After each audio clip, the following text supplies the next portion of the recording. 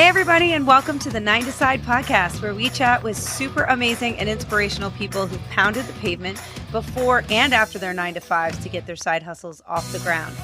After listening to the interviews with these amazing guests, you'll walk away with a refreshed pep in your step and a newfound motivation to make your side hustle a reality.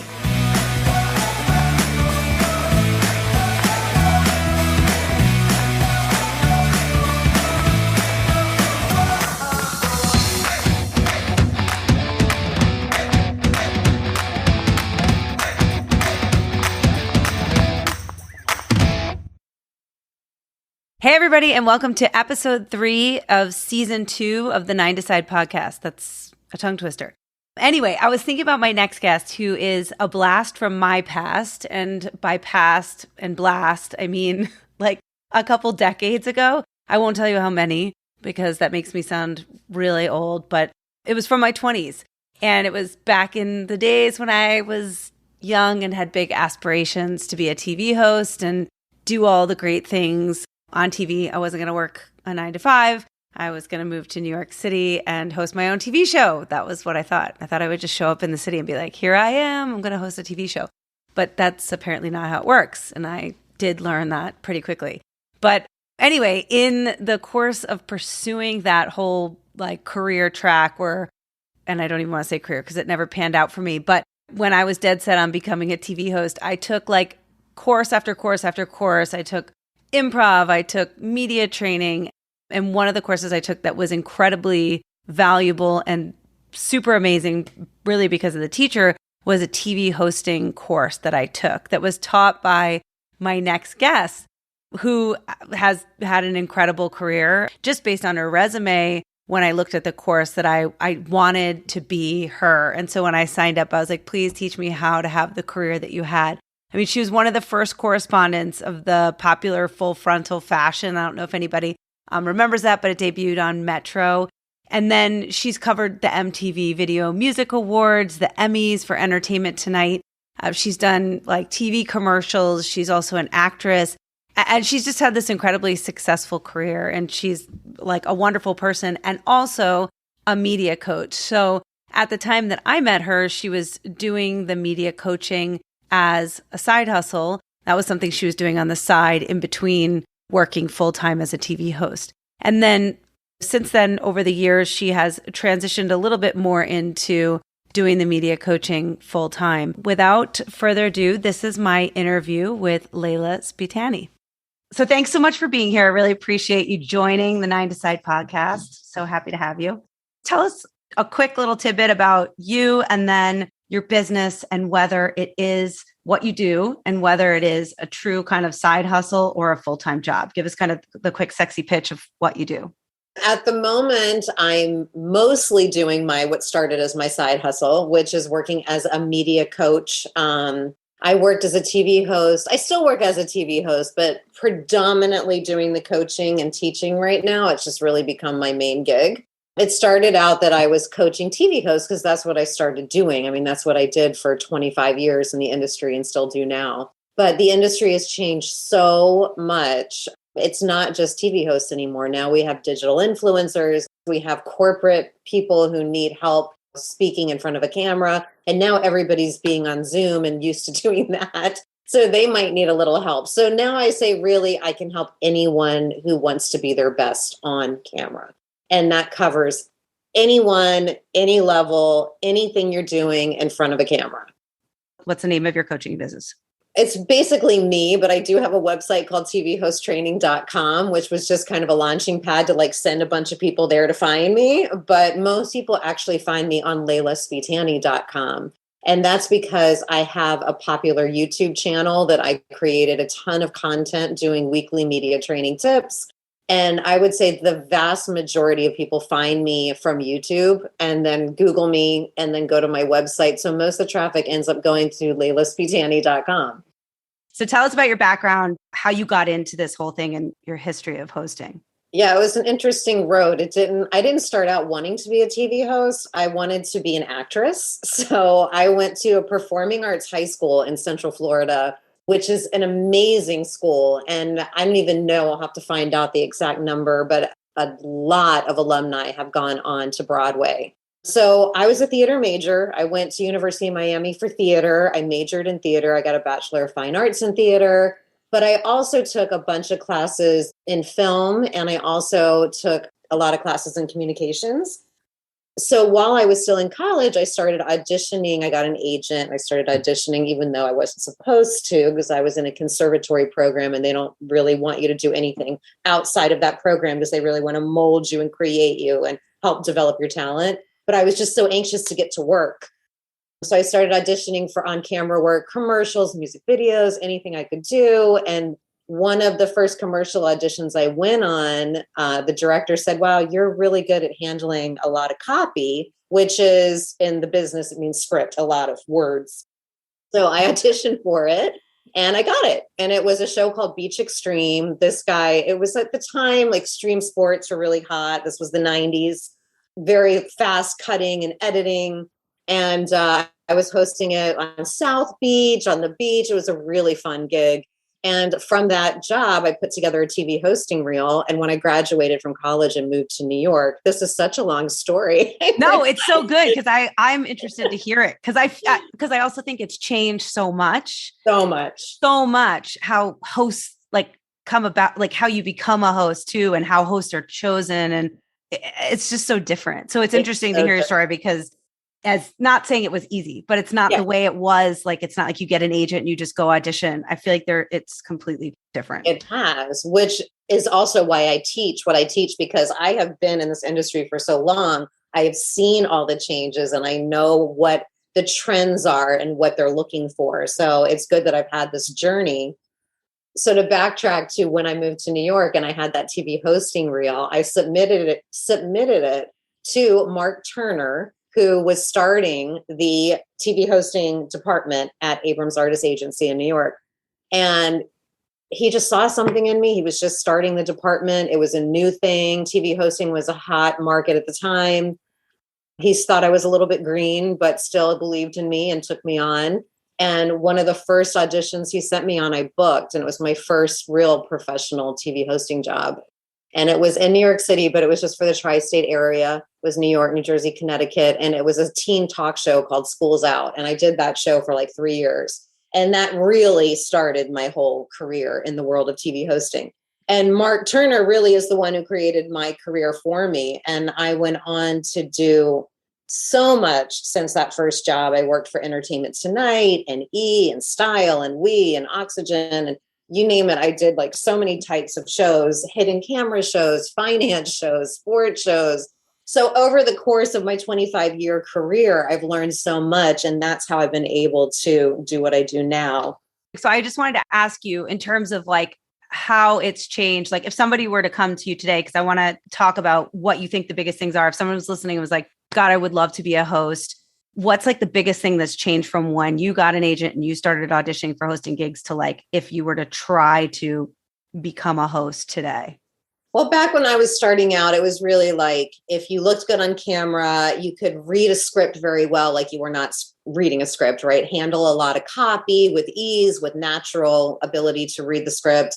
Mark Turner, believe it or not, is still my agent to this day, which is unbelievable. Oh, really? That's crazy. Very unusual in the industry. This is not common. I always explain to people, you don't get one agent and stay with them your entire lifetime. It just turned out that we get along really great. We have a great friendship. I feel like I owe him so much for the career that he created for me, and he's very loyal to me too.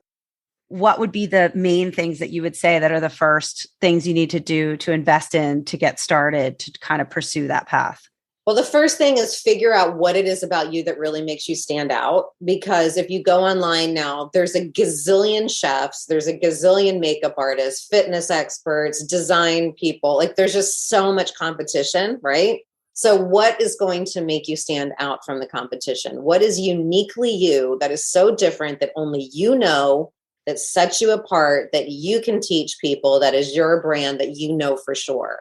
So the great thing, it's like a blessing and a curse, but the blessing is like when I first started out, I had to hire a camera crew to shoot me if I wanted to shoot my own stuff.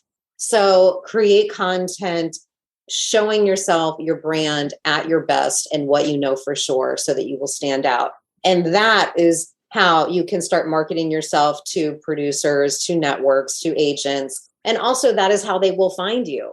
So Right. if what you're doing is working and it's clicking and you're getting followers and you're getting a lot of excitement around your brand, people will find you and you will get offered jobs if what you're doing is good, right?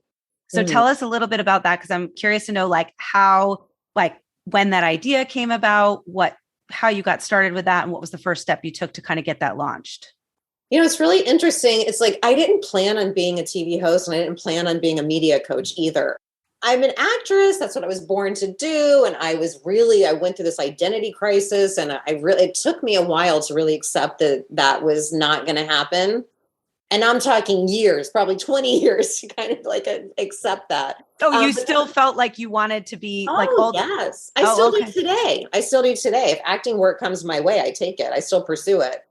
But I know that like the the TV hosting stuff was really meant to be. I mean, I had such a great career, and you can't fight something when it's paying the bills. Yeah. You're getting offered work, right? So, but it was not what I set out to do. I set out to be an actress. But that being said, the kind of same thing with the media training, because that performing arts high school that I was speaking so highly of, one of my former professors from that high school remained in my life up until very recently, until he passed away. But in the early 2000s, he asked me if I would come down and teach a master class at my old high school. So that was my first experience in teaching. So that was early in my career, but I also had gained a lot of knowledge about working on camera. So I went down and I taught how to audition for commercials and film and sitcoms. And it was all the stuff that I was doing, and also TV hosting. And he brought me down year after year after year for years, really until he finally retired, which wasn't until like 2018. And did you just create that content? Like, I'm always curious. I'm not a natural teacher by any stretch of the means, but so if somebody asks you to come teach, is it just all the knowledge? Like you've obviously maybe taken courses and things that you compiled and organized into a course.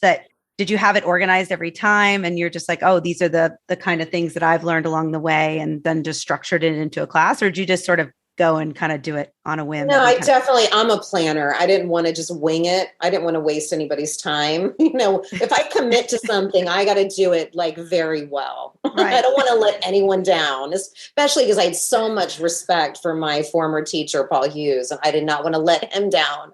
So I just because over the years, even though, I went to performing arts high school and I went to college got my BFA in theater arts, I did take other classes along the way as well, on-camera classes from different teachers.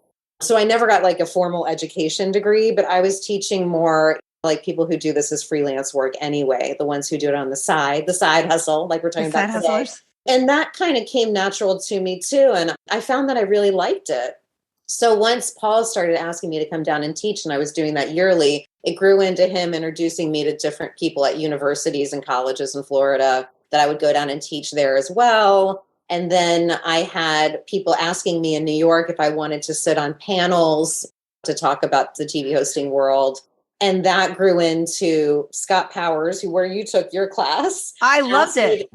Asked me to come and teach at his studio.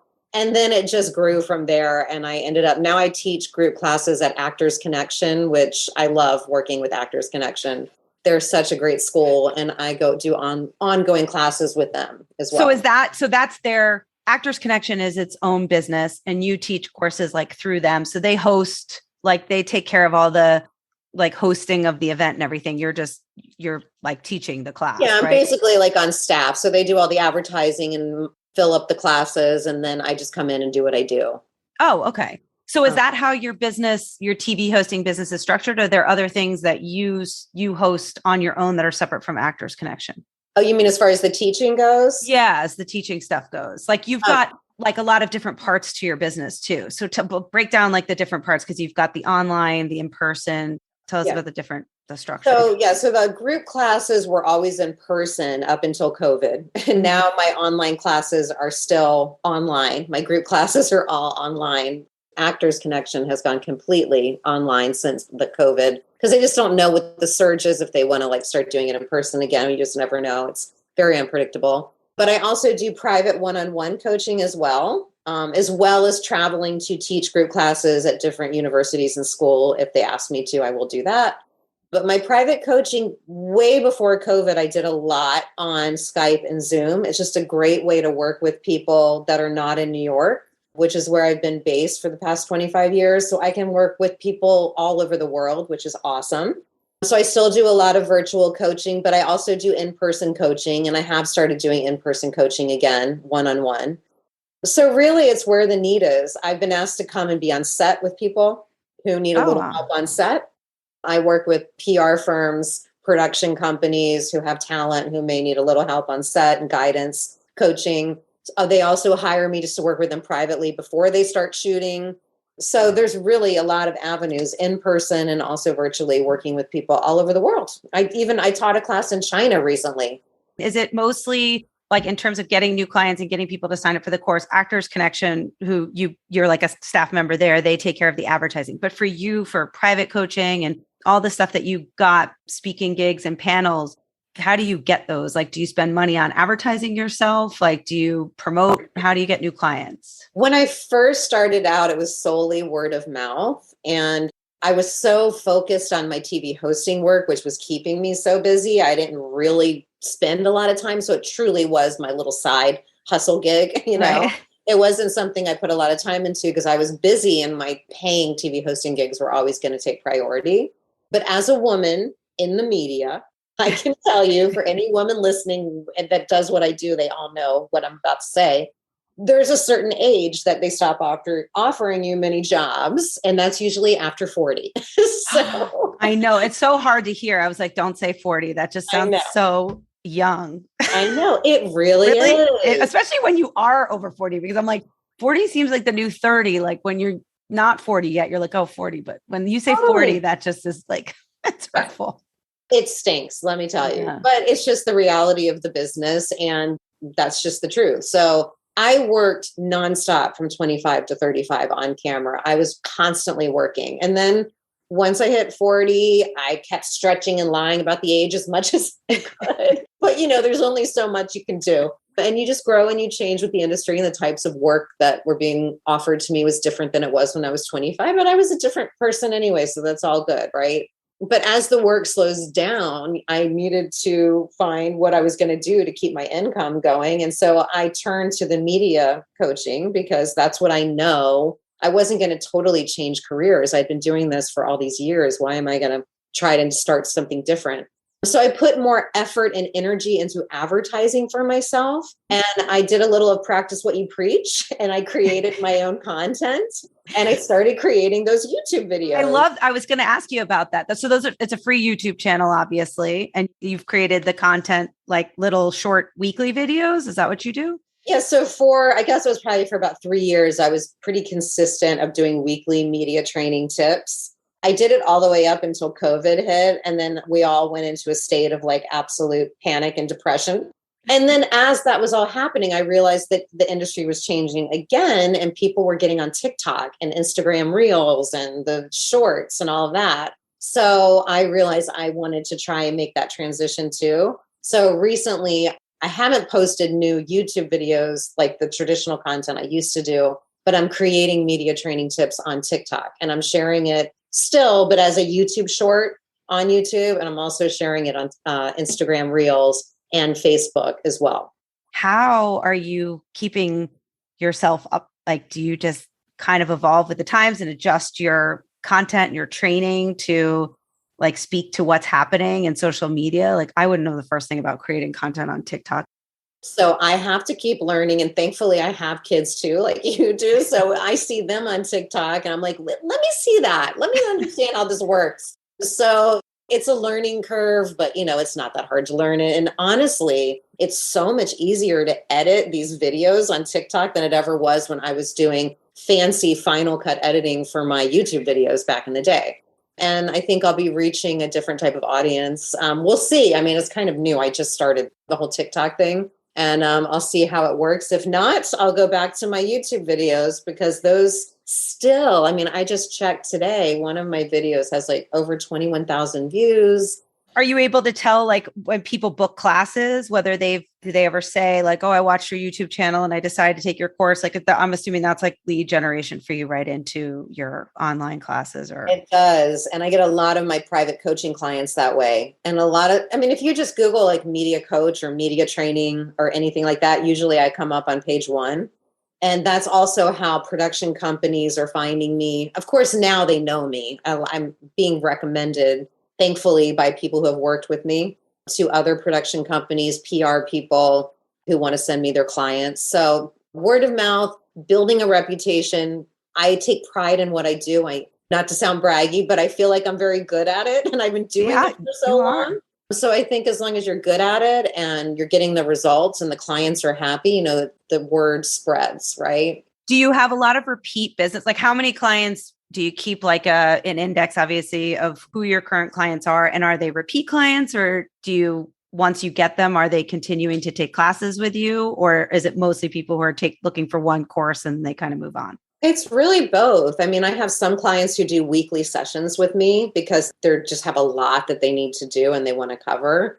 So they want to do those weekly sessions without missing one. And then I have some people who just do one and done, like they might have an audition coming up and they just need a little help, or they're looking to get a little more information or consultation and then they find it's not really right for them and they move on. There's just so many stories. And then there's people that just come to me as needed every other month or every month or whatever. And then there's just people like you were back in the day. I remember you took more than one class from me.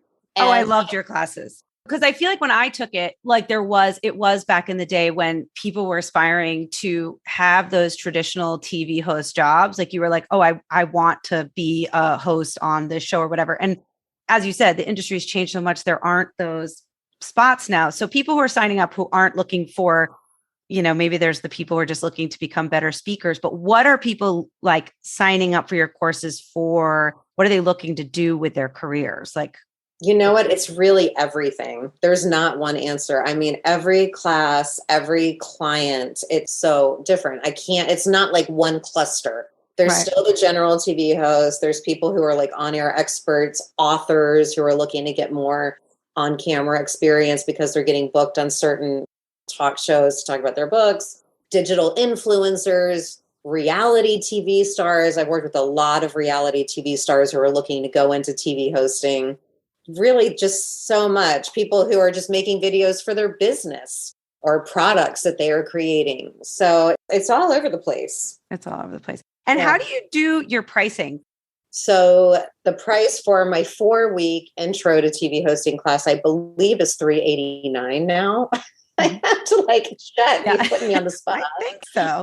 Maybe you have it. It was. And how much of that do you get? Like how much do you have to give to the Actors Connection versus how much you profit from that? Way too much because I do all the work.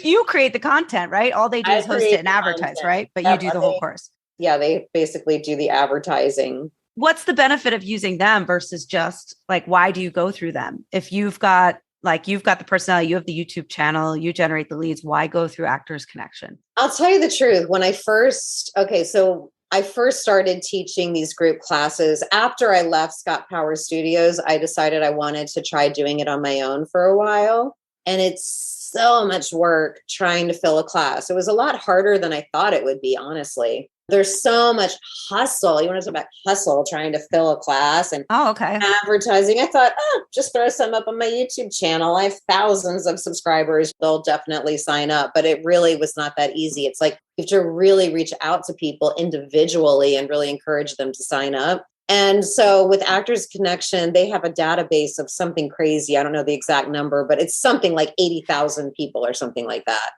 So they already have this established core of people who are interested in what I do. So it's just so much easier just to pay them to help me fill up the class. And I love the people that run it and work there. And so it's just a really good fit. It's such a good tip for people that are listening, because if it's not maybe hosting, but some other expertise, but I'm assuming there are other organizations that do similar things that have a database that will just host and take a cut, but take care of the advertising and already handle the promotion. It's an interesting route to go. So you don't have to invest so much in marketing yourself and trying to fill those courses, which is a significant time and money investment. It is. I was more than happy just to give them their cut and have them do it. And best decision. I'm very happy with my choice. Does it feed back to your business? Like, are all your classes hosted on Actors Kit? Because you do some things on your own. Does it then feed back? You get leads to your private coaching and so forth? Yeah, a lot of the people who take my group classes also want to do private coaching because they either want to continue on the foundation that we started to build in those classes, or they just want to use me if they have upcoming very important meetings with an agent, how to prep for that, or they have auditions coming up or anything, if they want to just take it. And plus it's worthwhile to do the one-on-one coaching. I mean, the group classes have their benefits too, which I highly recommend because you learn from watching others. Mm-hmm. So you get to see what other people's, how they are working together. Plus you work with co-hosts, you can do panel type talk shows, interviewing. It's really helpful to be in a group class. But then when you get that one-on-one, you get a full hour all to yourself with just me, just working on you. So what generates the most revenue for you right now in terms of your income? Would you say this is your full-time career now, the coaching business versus the hosting? Or does that bring in the most revenue for you?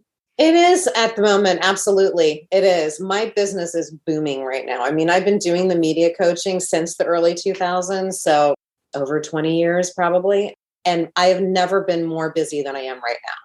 So I don't know if that's just been like the slow build as my career transitioned from me doing all that on camera work to now I just have more time for it.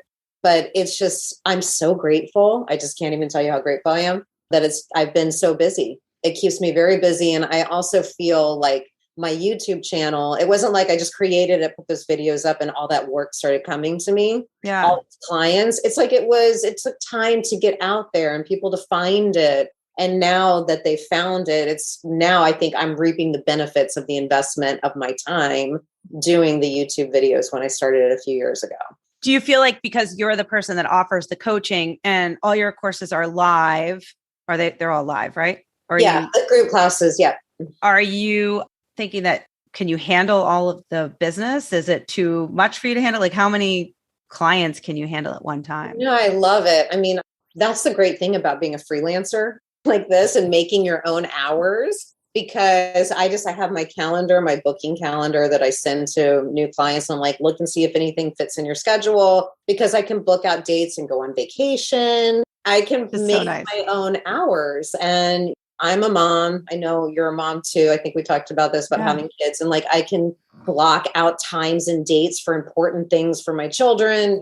So it's so great to be able to make your own hours. Of course, there's going to be things like when I'm traveling to work with on-air talent and they have something that they're doing and I need to be with them. That is not negotiable. You have to be there at that date and that time, of course. That's fine. I'll take it because those are my best money days anyway. Yeah. I'm brought on to be on those set. being on set is your best. Is that like your best revenue? Those kind of Absolutely. Yeah. When a production company or a network is writing the check, that's always the best. That's like amazing. I just have a couple more questions. My one is, we talk about all these great things on, it seems like, I think when people are listening, it's like, great, you're this successful host, you created a successful business, but it is also helpful for people to hear, like, did you have any major setbacks? Have there been any like biggest struggle you've had in your business or biggest setback you've had to face and kind of building this coaching business has been? Well, just the same in my coaching business as it has been and my TV hosting career. We have good months and bad months. When you're doing freelance work like this and you're getting all the work on your own and you don't have like the 9-to-5 job with somebody paying your benefits and your salary weekly and you're just constantly looking for new work, when you're not busy, that's terrifying. There are times that whether it be my TV hosting work or the media training or a combination of both, when work just wasn't coming in and I would have that moment of like, oh my God, what am I going to do? Like my life is over. My career is over. Nobody's calling me. The phone stopped ringing. Like, of course that passes. I think it happens for everybody. You just have to trust. You just got to keep putting the energy into it to keep creating and promoting yourself. I think when COVID happened, we all probably felt like that because I immediately thought, oh my God, my life is over. I'm never going to work again. My husband's an event producer. We thought he was never going to work again. It was just like, oh my God. And we just bought a house and we're like, what do we do? So I think you just have to trust in the process. and keep plowing through. Those are my major setbacks. And it happened repeatedly throughout my career. You know, I had moments where I thought I was going to land a really big gig and it didn't come through, and it hurts, but you recover and you realize that life goes on and better opportunities come along. And I just allow myself to feel what I'm feeling in the moment. If I'm going to feel sad, and give myself that time and work through it, and then get up, dust myself off and start again. In closing, I just wanted to ask, what would be like a couple tips, like your top 1 or 2 tips that you would give to people who are listening, who would be interested in starting a side hustle like you have, like a coaching business? Doesn't necessarily have to be hosting, but like a coaching business. As far as deciding what they want to coach, if they wanted to do like a side hustle coaching, because for me, I think it's teach what you know and what you do well and what you're highly knowledgeable about. So make sure it's something that you really can just be amazing at and feel so good and confident with. With anything, when it comes to doing your own freelance type work like this and making your hours, you have to know that you're your own PR person. You have to do your own marketing. It takes a lot of time, and that can be challenging for people when you have to invest all this time to promote yourself and know that you're not getting paid for all that promoting. But ultimately, when you put that time and investment of yourself out there, it will come back. You will reap the benefits, right? Yeah, no, I think self-promotion. Self-promotion. I think that's really good. I mean, I think the YouTube channel and all that, it does seem like a lot of people who I've interviewed who have kind of coaching business self-visit, they do have other free content that they offer that is something like a YouTube channel or something. So I thought that was great that you do that. So yeah, I mean, like, so people said to me in the beginning, they're like, but you're giving away all this stuff for free, you know? I'm like, but I'm really not. It's like It's little tips that it's like, yes, of course, it's like getting free information, but you can't just take those free tips and go have an amazing career. If you're really serious about it, you need to invest the time in taking some classes and really working on your own brand and hiring somebody like me or someone who's a media coach to help you develop what it is you're looking to do. Do you see any like future in building like passive revenue kind of courses where they're pre-recorded and people buy them? Or do you really have to, I mean, for what you do in teaching, it really has to be live? That's a great suggestion, something I might think about doing. I see that there are people out there doing it. So I think I probably could do something like that. I haven't investigated that yet. I think the way that I coach, and you know me so well now after all these years, I'm so into like connecting with the person. And I really help develop each individual. It's not like a one size fits all in the way that I teach and the way that I coach. I really need to get in there and work with you and see what's working for you and what's holding you back and get you on the right course and help you build your brand. So I think the way that I teach is so personalized. It'd be a little bit challenging for me to do a general kind of online thing that's always there, but I'm not saying I wouldn't do it. I want to look into it. Yeah, I think it would be hard. Passive income. That's me. I love your courses though. I mean, I just think you're great. Even listening to your YouTube videos brought me back. I was looking at it and it made me want to take another course. I was like, I would love to do it. Just because I think everybody should get media trained in some way. I just think it's good. It's a good life skill to have, even if you don't want to be a host per se, but just presentation wise and being able to speak in front of a camera. I think it's great. So that's probably all of that training that you did probably helped you to do this, wouldn't you say? Yes, that was back when I really I took those courses. I remember my parents being like, what are you doing? You're taking, I was like, yes, I love these courses. I think they're so great. They really helped build my confidence back. I needed that, especially in my 20s. So I thought it was really helpful. Well, and you were really good at it too. Oh, well, thank you. Thank you.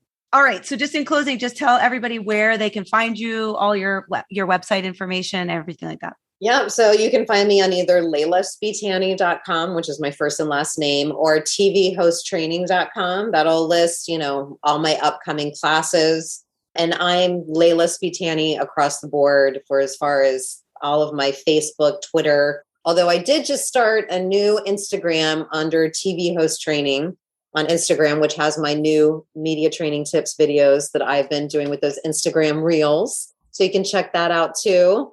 Just launched very recently, but I'm pretty easy to find, just a Google away. I think I'm the only Leila Sbitani on the planet.